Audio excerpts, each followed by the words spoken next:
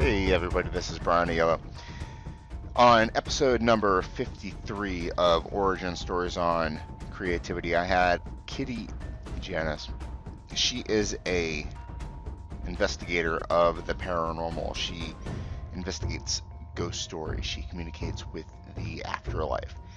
A great conversation with her. It was a lot of fun. As I listened to my son holler upstairs, I don't know, it's late. I had one of those late night podcasts, which was actually kind of perfect for the subject matter at hand. We talked about Gettysburg and hollowed ground and, you know, times and places that kind of are reserved to those moments that kind of just echo throughout history. I just think that this is one of those really great conversations. She has a book out that I think is interesting. It not only teaches about communicating with the dead and places that exist beyond this reality, but communicating with people that are right next door. You know, focusing on the positive instead of the negative. Satisfying yourself, I think, is her ultimate goal. You know, getting beyond the physical, reaching deeper. And I think ultimately, let's let Kitty Janusz communicate for herself. How do you pronounce your last name? I like the girl's name, Janusz. Janusz. Oh, okay. The Polish pronunciation would be Janusz, but yeah, it's my married name. Janusz. Okay. Yeah, I thought it was Polish. Yeah, American pronunciation is Janusz. Oh, okay. And you are a specialist in the occult? Would I say that correctly, or what would you say? I would say paranormal investigator, author, Reiki master. Yeah, not Your really. profile picture is amazing. Isn't that cool? That was taken with a 120-year-old camera as a real tintype. Wow. When I opened that today, I was like, oh my God, what am I getting myself into? I don't really go for really. I'm not into the glam shots, really. I was like, oh my God, what is this? What is happening today? I don't dress like that on a regular basis. I was at a Victorian theater. You ruined it. I was thinking to myself, oh, I am talking to this person today looking exactly like that. I'm gonna get you on a hangout and you're gonna be like, hello. Hello, I can do that. As I stroke my black pussy cat while I wear my black fishnet hose. I won't. That's so fantastic. Paranormal investigation. I won't spoil the dream. I won't spoil your dream. You already have. You sound 100% sociable, so that's just wonderful. Tell me about paranormal investigating. What is it? What is it that you investigate? What is life like for a paranormal investigator? Well, life is pretty normal for a paranormal investigator. The nights are a little bit different sometimes. It basically stems from a love of history. Some people think that they need to go into it as an adrenaline rush, or going to what they think are naturally haunted places. My love for the paranormal and my desire to investigate haunted locations originated from a love of history and antiques, pretty much. My parents had an antiques business, and I grew up with a house full of old things, and I always enjoyed the story behind objects. Where did they come from? The quality, the workmanship that came into an object, and just holding, something that had lived through generations, and just you could hold an object and pick up on the energies of everyone who made the object, owned the object. If it was a wedding present, if it was something that was made with someone's hands, you felt that energy infused into that object. And I don't know if I come from a certain generation that enjoys antiques and things that are made with a bit of quality, as opposed to something, and the newest iPhone, the newest gadget. But living amongst antiques and then going to historic places, you just can feel the lives that had been living in that place.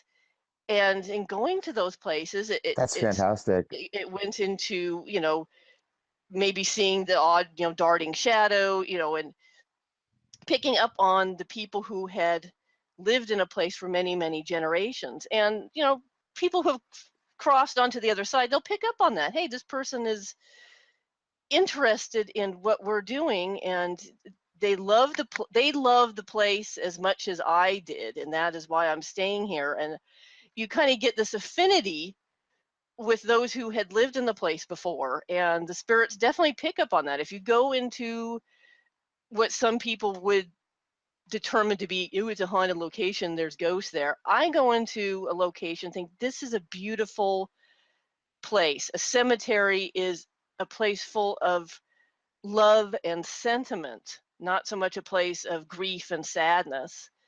And in going into those places, whatever spirits who might remain there or might visit there definitely will pick up on your intentions as to why you're visiting those places. And that makes you a better conduit to communicating with those who have crossed over there and who might be visiting there.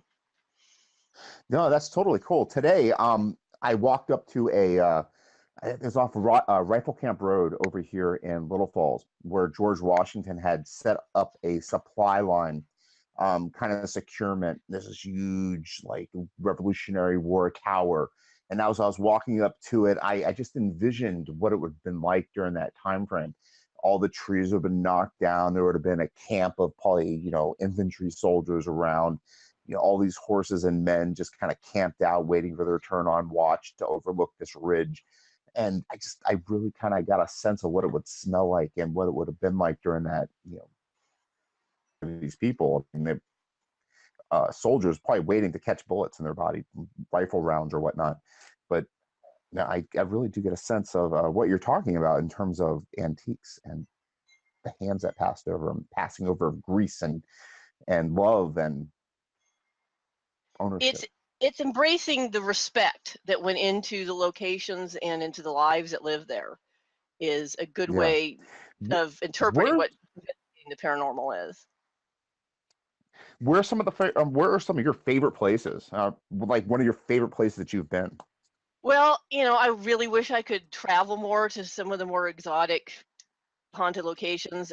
Gettysburg is always a wonderful place. As tragic as it is such a beautiful, sentimental place. The Stanley Hotel in Estes Park, Colorado, which I don't know if your listeners are familiar with. It is the hotel where Stephen King stayed and experienced actual paranormal activity that inspired him to write The Shining. And I actually have stayed in the very room where Stephen King stayed. Several other famous people have stayed in that room and could not spend the night. They ran out of that room terrified. I actually have spent the night in the room, and yes, it is very active. The entire place is extremely haunted, and it's fabulously beautiful. It's built in 1909 by Stanley, who built the Stanley steamer. And he originally built it as a place for his wife, who had, I believe, tuberculosis. And, being this resort area, the air was better, up in Colorado, and thought it would make her breathing a little bit easier. So it's a beautiful estate in the historic Estes Park, Colorado, up in the mountains. There's, ski resorts, there's mountain goats, there's elk. It is an imposing structure as you drive up this winding road, and all of a sudden this monolith of this estate is on this hillside. And it is, the spirits are very clever. There are some places where the ghosts and spirits are very just ambient, and they're residual hauntings, or they're going to go about their business. I've also been to places where ghosts know people come there just to see them. Well, and the Stanley Hotel is definitely one of those places. What was it like staying in the room that Stephen King wrote The Shining in? Once again, that is a particular room where guests go to encounter the spirits. There's a couple rooms there that have very intelligent hauntings. And to go would you say that was a haunted room, or would you say that was haunted in terms of like just history, or would you say? I mean, I guess would I be fishing? Do you believe in the afterlife in terms of haunting our plane of existence, or would you say that we're haunted with history, or would you say something else? It's a little of both. Once again, we're talking basically about energy. We are basically Yeah. energy in a body, and when the body ceases Hmm. to exist, energy can neither be created nor destroyed. So what we are as energy definitely goes on to do something else. Be that if you want to believe in reincarnation Hmm. of your belief set, or if part of you who is your conscious being wants to remain in a location or in someone else's memories, that once again becomes a spirit. Because I find it Yes, very I guess interesting. Like I definitely if you believe go in to the what is the Stanley, afterlife. if you go to the Stanley Hotel and you stay in that room now, on top of the movie and the book and all the stuff that's been written about that one location, you're going to have the energy of all those people coming with you, right? I mean, it's not going to be what was once just No. a hotel room that one at one time had spirits or not. And now you've got all the energy that's pouring into it from all the visits and all the imaginations and all the whatever you got in that room, Well, it's right? not so much what comes afterwards. A lot of a reason why a location is haunted is events that occurred at the time, and also where the location is built. A lot of what goes into my book, When the Dead Speak, goes into where haunted locations are and what contributes to that. The Uh-huh. materials that a building is made out of. There's a lot of limestone around the Stanley Hotel at Estes Park, and things like Hmm. quartz, limestone, iron oxide. All of those Oh, wow. contribute to retaining energy. And you think about, say Gettysburg, for instance. If there's a lot of quartz material in the rocks and people are shooting cannons and firing bullets, that energy is embedded into those rocks and remains there. If you go to a place where there's a lot of water, water is a natural conductor. Once again, it's going to hold a lot of that energy, and you're going to be able to feel that energy coming back out again. Uh, I think a lot of what has to do why the Stanley Hotel is haunted is where it is built. They've done geomagnetic surveys in the area and haven't had it to be essentially anomalous with the rest of Estes Park. Hmm. But a lot has to do with people who do visit it, and yes, it does kind of contribute it. But a place that was well loved, the spirits will remain there. And Yeah, but that's like a ski resort, isn't it? Or was it one at a time? yeah, yeah, It was a definitely lot is of a fun ski to go resort. there and a lot of memories and stuff like that, right? But what happened? Was there It's something odd. horrible that happened, or? Well, not necessarily as tragic as, say, Gettysburg, but once again, I think it just goes Yeah. into where the location was built and some of the particular individuals who stayed there just, kind of loved the location and kind of just fed off everybody's energies as to why, I'm visiting that location. I think I'm just going to stay there. There are more Yeah. haunted locations in the Stanley Hotel than in the room where Stephen King stayed, and I think there's actually more haunted locations in the United States than the Stanley Hotel. I think probably the most consistently haunted location aside from the Stanley Hotel is the Queen Mary in Long Beach, California, which once again sits Oh on yeah, I water. listened to a podcast called The Bizarre State. Bizarre State. Do you know it? And they uh, mention the Queen Mary all the time. oh yes, oh yes. Well, once again, it sits on water. A lot of it is made of iron. Those are two Hmm. main components that Hmm. will retain energy. It was used a lot in World War II as a troop transport. So yes, there was a lot of death Oh yeah. aboard the ship. And once again, there was a lot of love and memories that are aboard that ship. And that, in my mind, as far as investigating, is one of the most consistently active areas in there. But Can one I of the go back to Gettysburg real quick? oh sure. Just real, I was just thinking, an idea popped into my head. You say a horrific event happened. In terms of battle, of course, it was magnificently horrible. lots of death, lots of pain. But in terms of tragic, it actually was a magnificent turning point in the Civil War. It broke the back of the Confederacy. It won the war for the North, right? I mean, in terms of being able to turn the tide of the war, the Union was able to actually, rout the South and win ultimately over the Confederacy and stop the, from winning. Is Yeah. that a bad thing necessarily? I mean, yes, there was death and yes, there was horribleness, but when you think of battlefields and hauntings, Gettysburg turns up a lot. Not Bull Run necessarily or any of the other ones, but Gettysburg. I wonder I why. think it was just, I think a lot of it had to do with just the magnitude. There were so many lives lost in such a short period of time. What was it, only like 3 days? I think there was so much energy from both sides coming in because, like you said, it was going to be, they knew going in, I think, that location was so Very important important. that it was going Yeah, to be a turning point. It was a do or die, and a lot of them did die. it So was a do or die. Yeah, they put their backs against the wall. Both sides did. They said, "This is where it's going to happen. We're just going to do it." yeah, it is very sad, It's but once again, magnificent, and I've been there before. It's a wonderful place. I mean, you go there, you do feel the magnificence of it. When you stand there on that ridge and you look over it, you're like, my God. you can You see, definitely feel the energy, and a lot of Gettysburg has not been developed because so much of it is still considered, historic landmarks. You have rolling fields of battlefields, historic buildings, mhm, so it almost is like a little bit stepping back into time when you go there, and you definitely do feel the energy doing that. it's magnificent. I appreciate that too. It's actually really, I think it's important to go to places like that and feel It is. You should that never forget the hollowness. sacrifices that those people on either side, each one's thought they were right. They were fighting brother against brother, and they thought they were doing the right thing for their country. And you have to respect both sides. What part of the country are you from? You said the West Coast. Sunny Southern California. Oh, okay. What part of California? Probably about a half hour outside of Disneyland. Oh, okay. I'm And out. Yeah, go born and ahead. raised here in Southern California.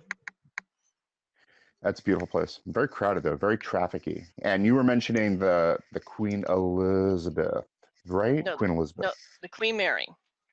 The Queen Mary. Queen Mary, I apologize. And is a hunk of rusting metal in, oh God, Long Beach. Where is that at exactly? Long Beach is just a little bit south of Los Angeles. But that the Queen Mary is in Long Beach though. Am I right about that? The Queen Mary is in Long Beach, California, yes, and she is undergoing a multi-million-dollar restoration right now. Fresh Yeah. paint, uh, new technologies in rust removal, and last year IBM brought in their computer system, Uh-huh. uh, and the name escapes me right now. I will remember it in a moment. To actually set up monitors to basically have this machine ghost hunt for them. It was going to set up all the parameters as far as EMF, ultrasound, infrasound, in many areas of the ship, and it was going to calibrate a baseline of that, and then it was going to record any fluctuations in that. Mm-hmm. So basically, they were going to have their machine do ghost hunting for a long period of time in there. And anything. Yes, I haven't heard any results yet, but Oh. it's It's an always ongoing. disappointing, right? No, it's an We're ongoing so study. we want something so bad, don't we, in terms of the living versus what happens afterward. And you're on that battle. You're on that battle. I don't know, what do you want to call it? The front lines, basically looking for an answer. Um, regardless of what people may believe, I share my experiences, Mhm. and I went in with a completely non-religious, open mindset, and I have definitely been able to communicate both with lost loved ones, other people's loved ones, and historic figures who have crossed over, including two members of my family. I've lost two members of my family this year alone. I lost my brother this year and my husband just 2 months ago. I'm 100% a skeptic, 100%. But I'm also a skeptic that wants to be shown something. I listen to and I read near-death experiences all the time. I love it. I love the death fantasies, and I want to have some kind of, epiphany. Tell me, show me. Everybody who's a skeptic wants to be shown. Yeah, right. And the spirit world, the world on the other side, will present itself in ways that will resonate with your belief set. If someone is a devout Christian, they obviously will get more images of, say, the Virgin Mother and Jesus than someone who follows, say, a Buddhist faith. Someone who is a Buddhist, the Virgin Mother is probably not going to present herself to her because it's just not going to resonate with their belief set. I can tell you a story of a channeling that we did with Joan of Arc. Oh, okay. If you want to hear that story. I want to hear every story you got, but we don't have forever, so. I know. It is a relatively short story. We have done group. No, I'm saying, tell me whatever story you want to tell me. Okay, I love the idea of Joan of Arc. Well, this kind of is an interesting story because once again it hones in on someone's particular belief set and how a spirit is going to present themselves, and sometimes it is rather surprising. And we did this as a group channeling, about 5 or 6 of us. Sometimes we'll say, okay, let's see if we can contact so and so, and someone decided, let's see if we can contact Joan of Arc. Now everybody has their own image of Joan of Arc, the young girl with the short page boy haircut, wearing the shiny silver suit of armor, saving France. And so all of us, we put forth our intentions and we call basically her name. And to make a long story short, if you're channeling a specific person, you just put the name out there and say, I want to speak to so-and-so. And whatever spirit is near you, so it might not be that person, might not know that person, but they might know a person who knows that person who knows that person. It kind of becomes, the long telephone call, come and get this person and bring her forward. Within just a few moments, Joan of Arc appeared to us in several different forms. Yes, she appeared to one person as the young girl with the page boy haircut and the shining silver suit of armor, and basically as a hologram. We could see how someone else was seeing this person. Someone else saw her, as a slightly older person. To me, who follows more of the Buddhist, non-Christian, everything is divine around us mindset, this young girl appeared to me on her knees, facing me on the floor, grabbing my legs, sobbing, just as a young girl, not as a girl in a knight's outfit, not as the heroine, just as a young sobbing girl, crying.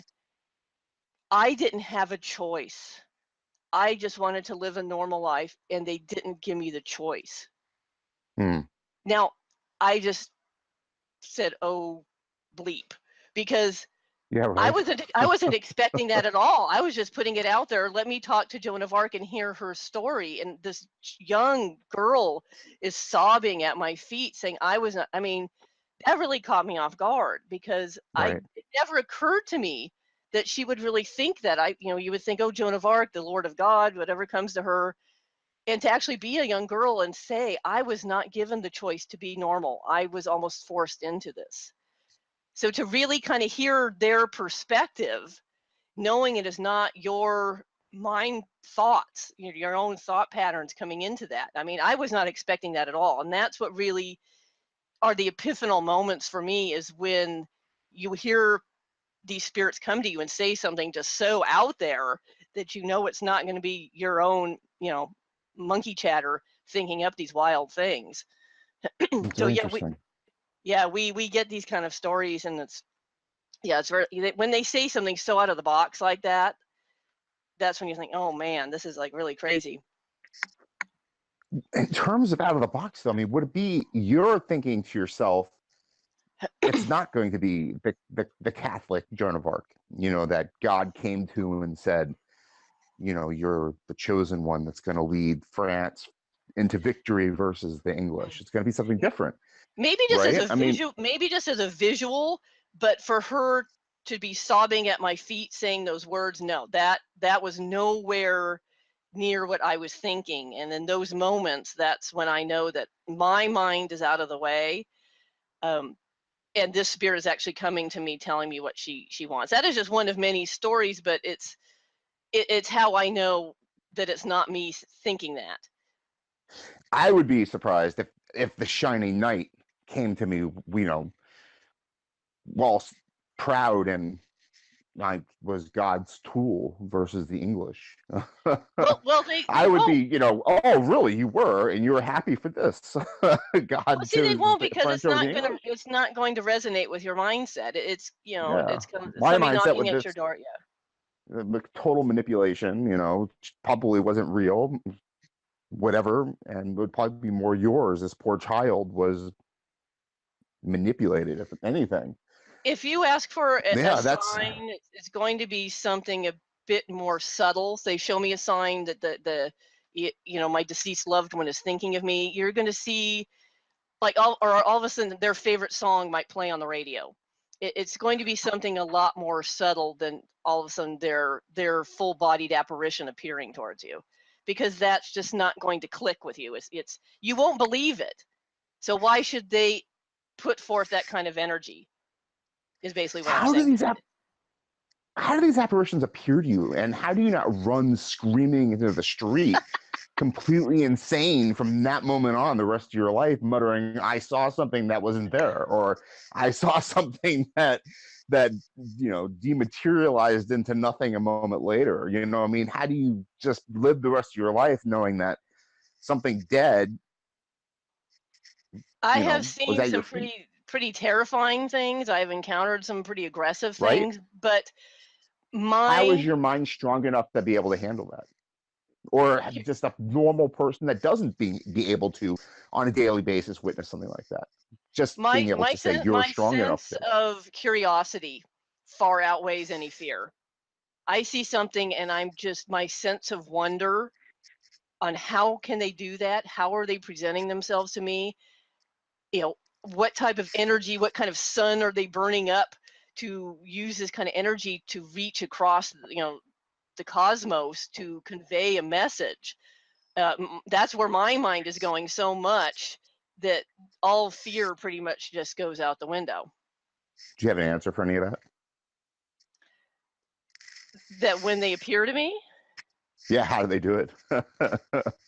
Are they just uh, so desperate to reach over with an answer, or sometimes I think they just don't want to be forgotten.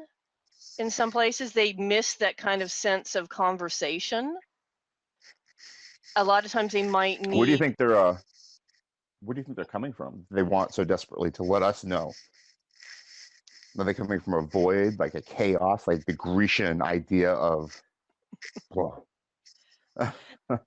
I think you're looking for something so black and white, and everybody who has I a mean, different death mind. is kind of black and white, right? It's living and dead. So I mean, No, it really isn't black and white. See, that's where you're going with this. You think we're living, and then all of a sudden we're dead, and you have to go back to, you know, basically quantum physics. That once again we're energy. So right now we're here, but then we're going off to someplace else because we're energy and we're not going to be destroyed. Now you're I wondering, love okay, that. Yeah. where is this else? Is it, another body? Are we going to pop out in the next baby that's born? Are we going to, sprout wings and sit on a cloud eating yogurt, laughing at everybody? I think it goes into whatever that person who has just passed wants. Do they Yeah. want to? Do they want to envision being on a cloud with the sprouting wings? Do they want to immediately come back to Earth and try again? And from what other people who've had experiences have told me, it kind of goes into their soul agreement. Do they need to learn a lesson? Do they need to immediately come back and fix those mistakes? You think energy has a choice, though? I think consciousness definitely does. Yeah, I love consciousness because you can't really pinpoint it, can you? This vessel that we're in right now, it's like, what is that? I think our I don't really do a lot of reading. vocabulary limits itself to defining what consciousness is. And I think I that's where the try, fault right? If you lies. go and you try to find what consciousness is, you could find word salads, but you really can't find that. It doesn't really, nobody can really put their finger on it in any adequate method or meaning. And I It think doesn't really exist. that's another struggle investigating the paranormal is we get a lot of effects, we get a lot of evidence, we get a lot of EVPs, we get a lot of sound bites, we get some photographs, but we don't get. We're still searching for the causes. So you have cause and effect. We have a lot of effects. We're still searching for the meaning of the causes. What causes a place to be haunted? What causes Yeah.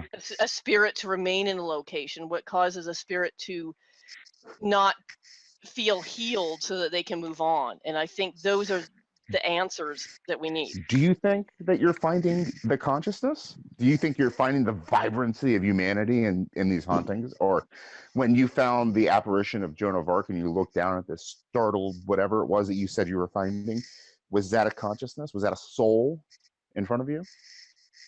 It was a fragment of a soul. It's A not just, fragment. yes, it's once again, we're not black and white.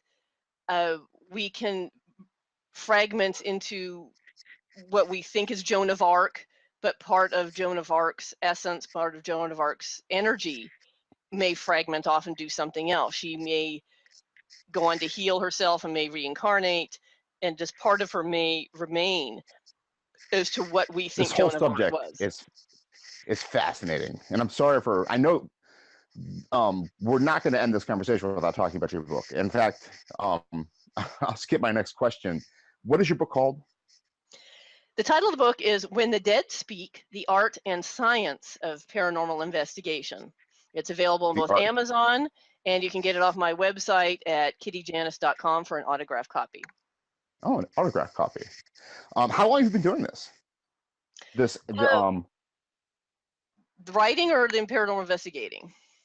Oh, writing, absolutely. Are you a lifetime writer? No, I've been writing since about 2013. I'm just starting my third book right now.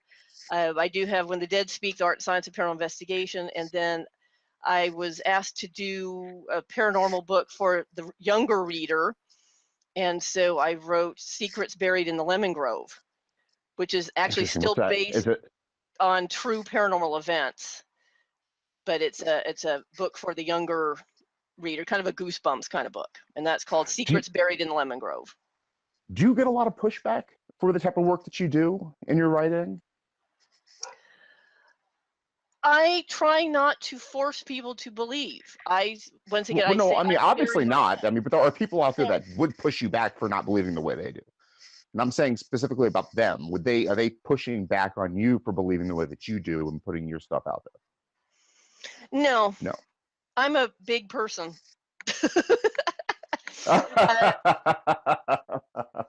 Big is like personality. Both, yes. Yeah, I'm 5 I can foot tell 10. you have a force of will. I definitely have a force of will. I respect other people's opinion. And by doing so, I expect them to respect mine. I share my experiences. I allow them to share theirs. And I hope we have a mutual learning because of it. I did a podcast. I have this podcast, which I talk about creativity and I talk about writing and I talk about content creation and all that good stuff. But I also do another podcast called Mirage, where I handle speculative fiction authors and topics. And I did one recently with my friend Emma Hardcastle, and we talked about death fantasies. Would you ever consider writing fantasy or writing stories, ghost stories, and putting them out there in a kind of fictional type of environment? Oh, sure. I've written some fiction. Fiction is a blast. Right, I love it so much. Writing nonfiction is, I don't want to say the word tedious, but you are going to definitely be called on the carpet if something is not to fact. So when you're writing nonfiction, and a lot of the theory, I have to put a lot of theories and background material into When the Dead Speak. So I really had to make sure that was accurate. But fiction is very cathartic, and writing is very cathartic and therapeutic. I mean, you're putting yourself out there, in some respect making yourself a little bit vulnerable, but never write for the audience. You're writing for yourself first and foremost. You write what needs to be written, and that's one of the reasons that I put this book out there. There are many paranormal books out there. People have written about their experiences, but I was finding there was a lot of instances on people going out and investigating without a sense of personal boundaries. And we were talking a lot about energies, and Okay, go into that for me. What do you mean? a lot of these energies were kind of coming back and kind of like layering upon people, and all of a sudden we were finding people who were getting depressed, getting people who were unhappy, people who were having intestinal problems, not only just in the paranormal field, but this also deals a lot within life. If you're working with people who are energy drainers, if you're in a relationship that this person is draining your energy, people are going throughout life without a sense of personal boundaries. But I was finding this was not being addressed in the paranormal field, and you have to be really careful of that. And so that is why I felt the need to write this book. If you find that something has to be put out there, that you're finding that something is not being said, that's your call to action to write. Two things. One, man, you work in a field where you have to look at things that are very sad. Bones that are buried under houses, Indian burial grounds, death, destruction, murder, battlefields, lives being cut short. I mean, that's depressing work in a way. Joan of Arc, I mean, what a whole situation that was. Even if it was real or manufactured, a marketing scheme concocted by a king that wanted to end a war early using religion as an excuse. I mean, these are just not good stories. But I didn't cause the tragedy. I didn't cause the death. I enter but I enter it into, like, a forensic scientist though didn't cause the death, but still has to walk into the blood spatter to determine, take the pictures. He still has to wake up in the morning with that stuff in his subconscious. But he speaks for the dead. I speak for the dead. You go in there and say, this person needs to have their story told. Well, the forensic science does the same thing. They find out what happened to the person. They speak beyond the grave. This person needs to be heard. This person needs respect. I come at it with a sense of love and sentiment that maybe this person needs some healing. This person needs their story told. So I don't feel depressed by doing that, because I'm coming at it with a sense of healing. Uh-oh. As does anybody in the forensic field. You can actually heal the space, heal what happens to be done. And well, how do you do it? How do you let it go how do you not let it come home with you at the end of the day? Because I mean, I read some of the things that are bad, that people talk about, the hauntings and whatnot, finding the gun buried underneath the house, and the house is supposedly haunted by the victim of the murder that was caused by that gun or whatnot. I mean, how do you not bring that death home with you or whatnot? How do you not let that spirit? You go back to that personal boundaries, which is mentioned again and again in my book. Before you even go into the location, you put forth your intention. I'm going into this place to heal, to communicate, and you only put forth the intention, I'm going to communicate with those who need assistance or help. I've gone into many locations, both haunted locations and work locations, and personal relationships or whatever, where something might be aggressive and want to have bad intentions on your part, but because your mindset is, I am whole, I am safe, I am a complete energetic influence unto myself, and you just kind of put up that little boundary right there. You draw that line in the sand, and so nothing is going to cross that energetically. And if it gives you some pushback, you have the tool set to push it back. And I give people the tool set in the book here, mentally, emotionally, to push it back, because that's so very important. And that way you aren't sloughing off the cooties that in life during the day that might accumulate. Oh, interesting. So you're actually helping people become investigators too. Yes, it teaches you how to ethically and safely do an investigation, and it carries over into your life. If you start noticing negative energies as opposed to, positive energies, and it gives you the tool set to protect yourself, so you don't have, that creepy person at work bothering you all the time. It kind of gives you that ability to draw that line in the sand, draw that personal boundary around you, and still be able to acknowledge and communicate both with the living and, with those who might have crossed over if you so choose, but do it in a safe way. Because, yeah, people who are bad in life, they might continue to do so on the other side. And it's kind of a Huh, that's questionable interesting. neighborhood. There's a questionable neighborhood over there, and they don't have the encumbrances of, their body, of as many consequences on that side. And so, yeah, there's a lot of bad things on that side that will try to come at you sometimes. There's a lot of bad things on this side too, is what you're saying as well, and they come at you. So you're actually suggesting that your writing helps with communicating not only on the other side but on this side as well. How to, Exactly. So it's you know, not protect just for yourself the with paranormal communication. investigator, but it also carries over into one's everyday life. That's very interesting. And the only other questions I wanted to ask you, it just popped in my head, in terms of the nature of your work, and in terms of being the nature of your work, how do you fend off attacks on it if people don't deem it if people don't deem it uh, mm, you said nonfiction, but people don't deem it necessarily of a nonfiction variety. You know what I'm trying to say? Well, are you saying if I go into a location and I am picking up on something kind of negative, how do I protect No, no, myself no, no, from that? no. Or I'm saying if they're not, man, it was better. I should have asked it when it popped in my head because it's kind of fleeting now. It's going away. If people don't take your work seriously, is the word I'm looking for. oh, so how do I If protect? people, yeah, if people aren't saying, okay, Miss Janice's work is not serious, doesn't matter if she has any ethics or not. How do you project ethics in your work if it's not taken seriously? Is that a rude question, or do you take it in the light that I'm presenting it? Because I'm not being rude at all. I'm No, no, asking. no. There's a lot of Okay, people good. out there who say, yeah, ghost hunting. There's no Good. such. It sounds like you understand what I mean. I used to work for a man who said there's no such thing as ghosts because they'd all be naked. Okay, there you go. That's You exactly know, what I mean. yeah, and he said there's no such thing. They'd all be naked because being a ghost, your clothes don't die. And he would say that to me almost on a daily basis.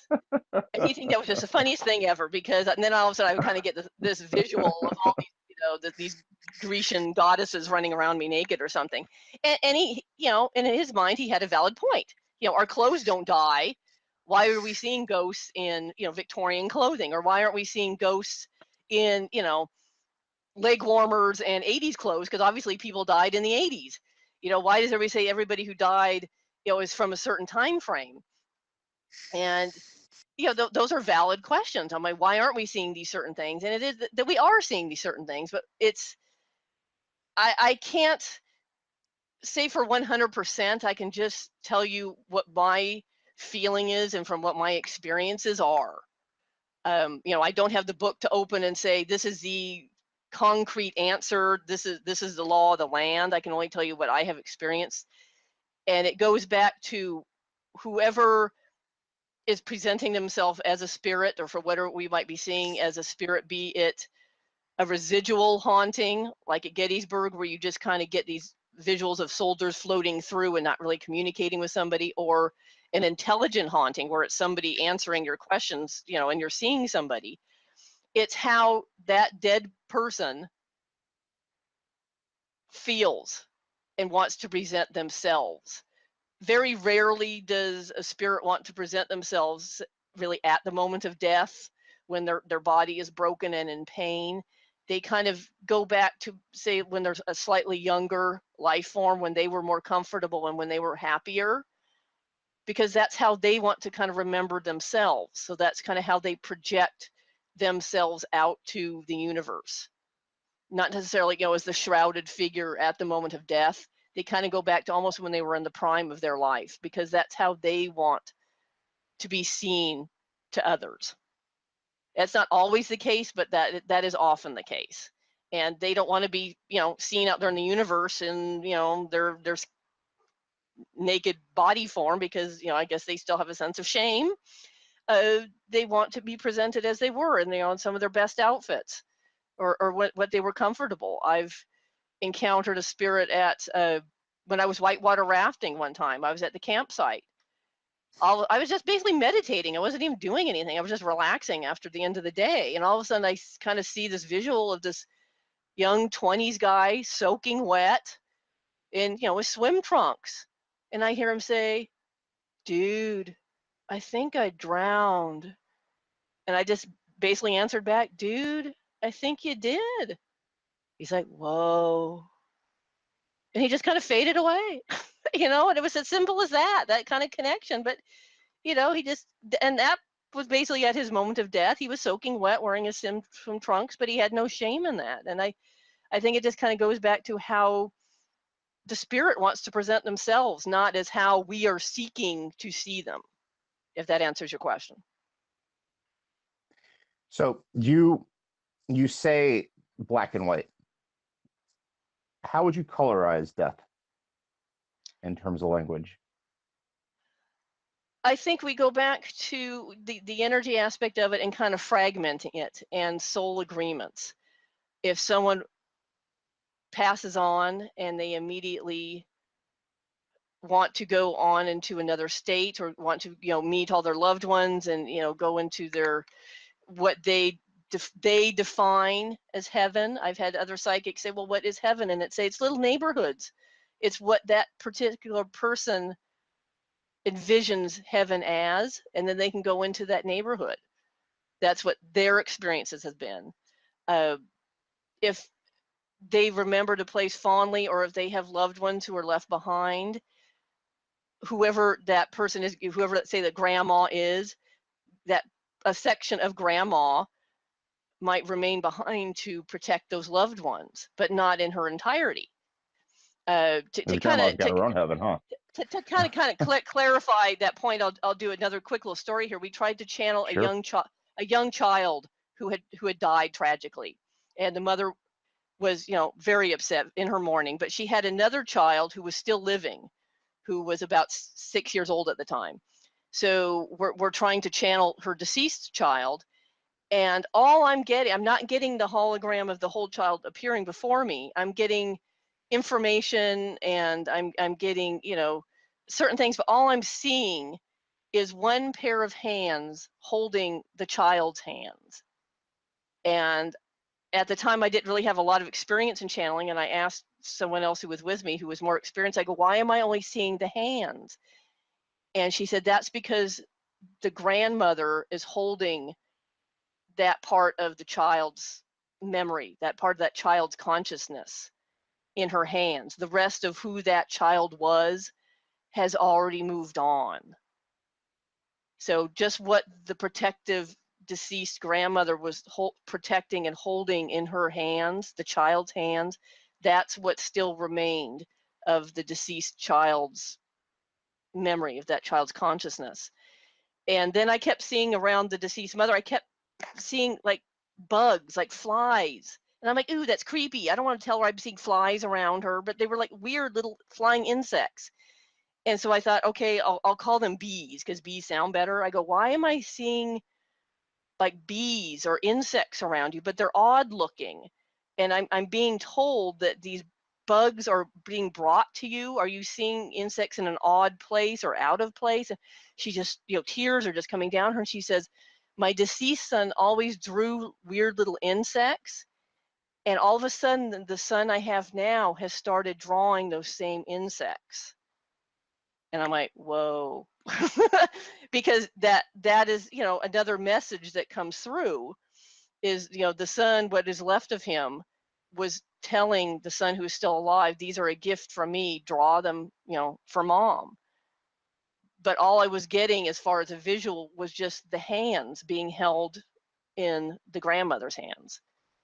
So that, once again, it kind of just goes into that fragment of who that person was. And I never would have thought of that on my own. This, once again, that Yeah. doesn't go to my own mind and my own thought processes. So this is what I learned from communicating, with the other side, is they're telling me, and these are things I never would have thought of on my own. A hand, just the hands being left. I mean, that's weird, So that is what I learned from communicating with the other side. It's just, they tell me things that I never would have thought of. So that's how I know that it's not me, it's them bringing me this information. And where does it come from? Your communication. The information.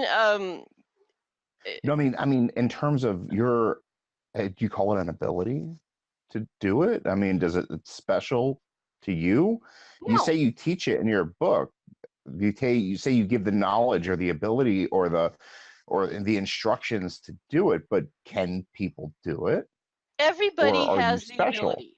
Everybody has the ability.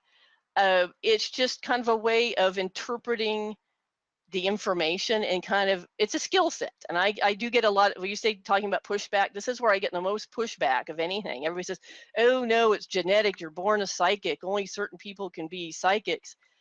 Being a psychic medium is specific to communicating with the dead. It's like, I don't know the winning lottery numbers or anything like that, but everybody has, that sixth sense. And I call it not a gift, although some people, are more, inclined, like, they have, a musical gift or, a mathematical gift or whatever. It is a skill set, and anybody can do it. And I had a meeting with my financial advisor the other day, because I'd mentioned that I just lost, a couple family members this year, and I had to go see my financial advisor. He said, I had a feeling when it was just you who made the phone call and not your husband. And when the secretary said that the appointment was here, I asked, is it one person, or is it two? And she said it was just one. He goes, I had a feeling. This is an accountant. I had a feeling. And I go, see, everybody has this ability. You never just had the feeling before this particular visit. So once again, it kind of goes back into being a skill set, and kind of acknowledging the information that is coming from the universe. A lot of people who, yeah, sure, their favorite song. I was thinking about them, and their favorite song came on the radio. Yeah, it's a coincidence. You just kind of brush aside the information that is coming to you, instead of interpreting it as, yeah, maybe this is something a little bit special.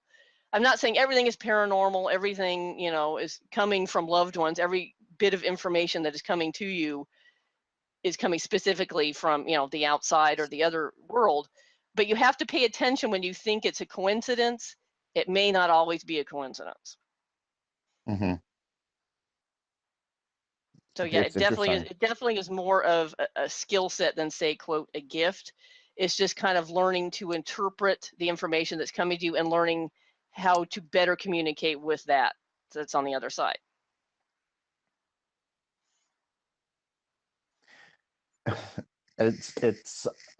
It leaves me speechless. I mean, in terms of, well, once people go, oh, isn't it scary? No, once again, I go back to the sense of wonder and the sense of curiosity. The longer I do this, and the more I write and the more I tell stories, the more sense of wonder that I have. And basically, I want to say, almost the less I know. The more we go into it, the more I hear these, amazing stories from the other side and from this side, and the less that things are really, a coincidence. It's, things are always happening for a reason, be they what you think initially might be very tragic and not make any sense at the time. Later on, you're thinking, oh yeah, that really that makes sense now. And for people who are, I totally I respect skeptics. They are just kind of so focused on wanting the answer. The answer must be there. Something exists. Something is happening. I must be able to find that answer right now. And I totally understand that. I mean, I totally want the answers. And I think what is just limiting us to finding those answers is our approach to going about it, the questions that we're asking, and the equipment that we have at our disposal for receiving those answers. I think once all of that improves, I think being in the paranormal, which is considered pseudoscience, because we can't go about it in a true scientific fashion. We can't go at it as in a laboratory setting where we can repeat the experiment. Once again, we go back to the cause and effect. We have tons of effect. We have tons of information coming at us, but we don't know why or how it's created.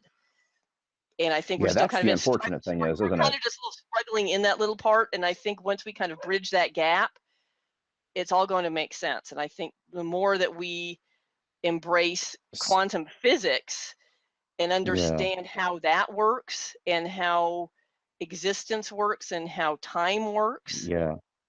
which is Time. kind of Well, we know that kind of time where marches forward, right? You can't stop it. It continues on. Um, you is can't that a see hint? anything other. No, no. We can go for a little while longer. But in terms of who we are as a species, I mean, we can back ourselves up to what, a one-celled organism that lived in primordial ooze, right?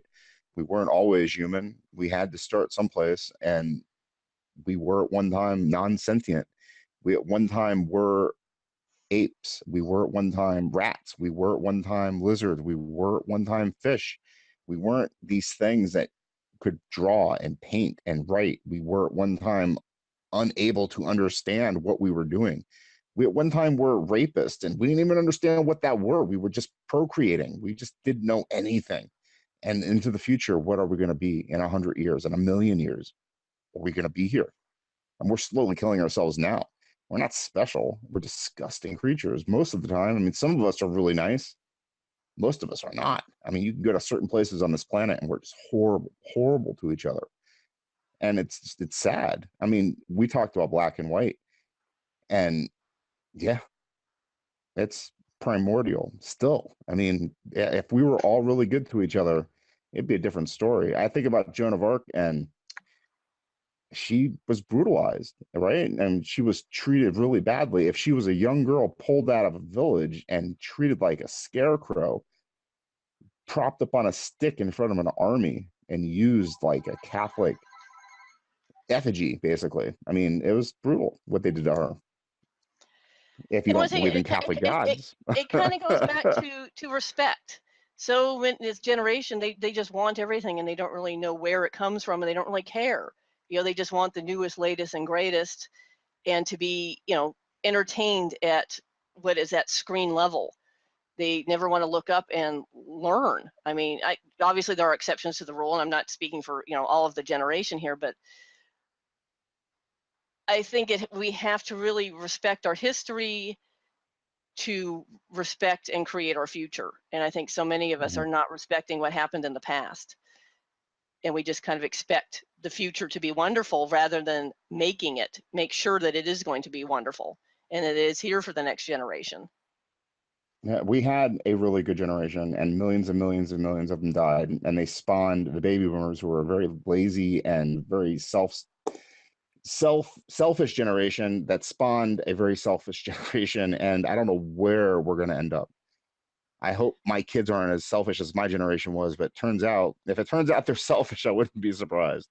I mean, they're going to have devices in their hands that are going to give them anything they want information wise. They're never going to have to go to a library. They're going to have tons and tons of really cool toys, right? I had tons and tons of really cool toys. I'm really surprised. I'd be really surprised if they're not as selfish as my generation was. I don't know where we're going to end up. We have no more oil left. Our oceans are heating up. I just don't know. It's scary to think what North Korea can do and what they're willing to do. I'm scared, really, honestly, for our species. Well, I think what every single person can do is try to leave the world a slightly better place than they did the day before. And we're You know, not, though, are we? I don't one think we step at a are. time. And that's the sad thing is, I don't think we are. What are we doing? I have no clue what we're doing. We hate each other so much. We're not even doing that. We haven't been doing that for like at least 5 decades now. It's like the 69 was like the last time we had Woodstock. We said, let's be good people to each other. And the 70s happened, and it was basically like we just started to slide backwards into like the 19th century with great technology. I have no clue. I mean, do you think that we're doing a good job as human beings? I think we could definitely do a better job. I think we are Right? distancing ourselves from the earth, be it, the natural resources, the other, creatures that live on the earth. And I think we are isolating ourselves with the technology. And that was, Which is ironic because where are you? You're 30 minutes outside of Disney World. I'm right outside of New York City, and we can talk to each other, and we can open our hearts to each other, and we can express each other, and I can learn about your book, and you can learn about my feelings, and we can share each other's in intelligence in ways that we couldn't do 10 years ago, 12 years ago, 15 years ago.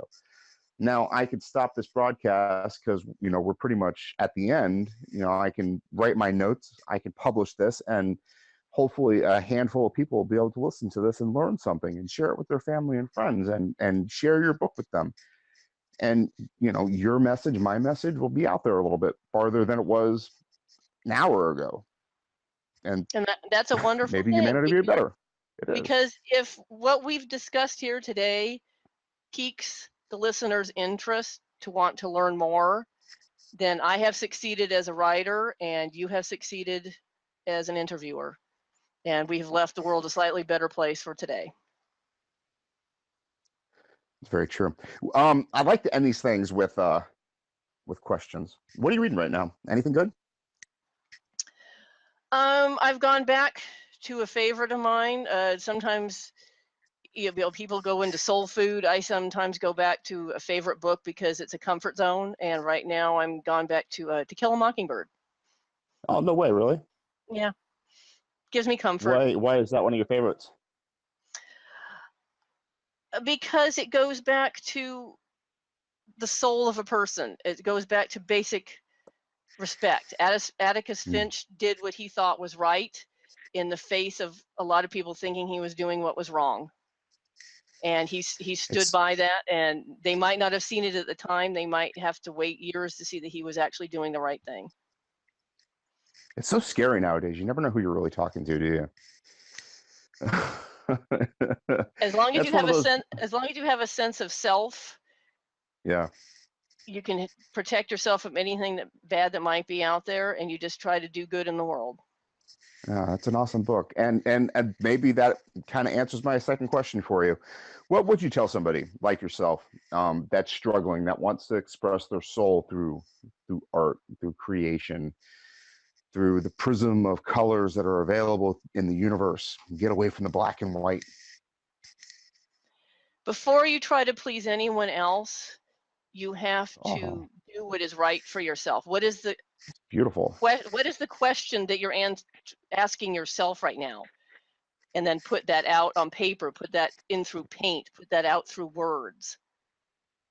And that will answer a lot of the questions that other people are asking you. Ask the question yourself first.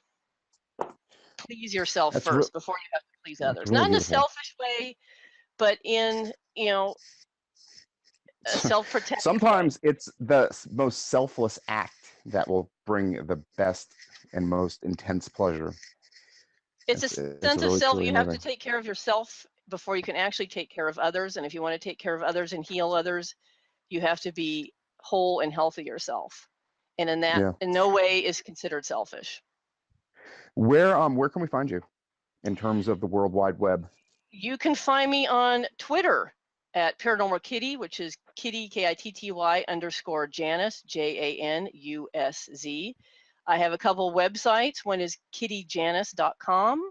And you can also find my radio show at Into the Light Paranormal.com. And also find my book, When the Dead Speak, The Art and Science of Paranormal Investigation, is available on Amazon, Kindle. And if you'd like an autographed copy with a free book, free gift, you can find that at kittyjanusz.com. And also Secrets Buried in the Lemon Grove, if you have any younger readers out there, a spooky stories based on true paranormal events, is also available on my website and on Amazon. Now, I love this stuff. This stuff is like candy to me. I could eat this up all day. It makes my imagination soar. I mean, there's so many possibilities for what comes after this existence. But it's best to just enjoy the existence that we have because it's so finite. I mean, you never know what's going to happen tomorrow. And I really, really enjoyed having this conversation with you. It was Thank you. fantastic. I enjoyed being here. It was a pleasure. Thank you so much for being willing to do this with me. I know it's always scary talking to a stranger, but I You're really no enjoyed longer it. a stranger, so why should I fear talking to you? Absolutely. Thank you so much. I really enjoyed talking with you. All right. You take care and have a good night. Thank you, Kitty. Everybody calls me Bye-bye. Miss Kitty. Good night. All right, Miss Kitty. Bye-bye.